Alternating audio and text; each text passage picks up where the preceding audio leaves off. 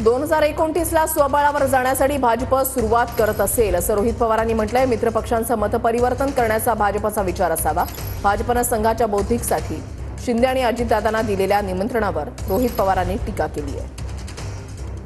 बीजेपीची कदाचित सुरुवात असावी नाहीतर तयारी असावी 2029ला स्वबळावर जाण्याची, म्हणून मित्रपक्षाला सुद्धा तिथे बोलून एक कुठेतरी मतपरिवर्तन नाहीतर विचार हे त्या सर्व आमदारांवर कार्यकर्त्यांवर लादण्याचा नाहीतर त्यांचं मार्गदर्शन करण्याचा प्रयत्न हा बीजेपीकडनं केला असावा असं मला वाटतं।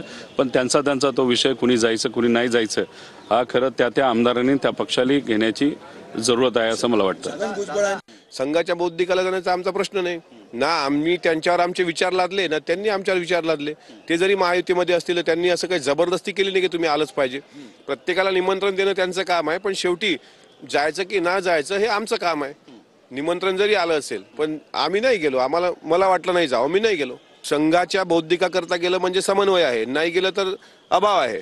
आणि गेलो समजा गेलो तर जितेंद्र आव्हाड मी तुम्हाला खोटं नाही सांगत, सर्वात जास्त तेच नाचतील की बघा यांनी विचारधारेशी प्रतारणा केली बघा। म्हणजे हे असं आहे की चीत भी मेरी और पट भी मेरी और अंटी मेरे बाप की अशा पद्धतीचं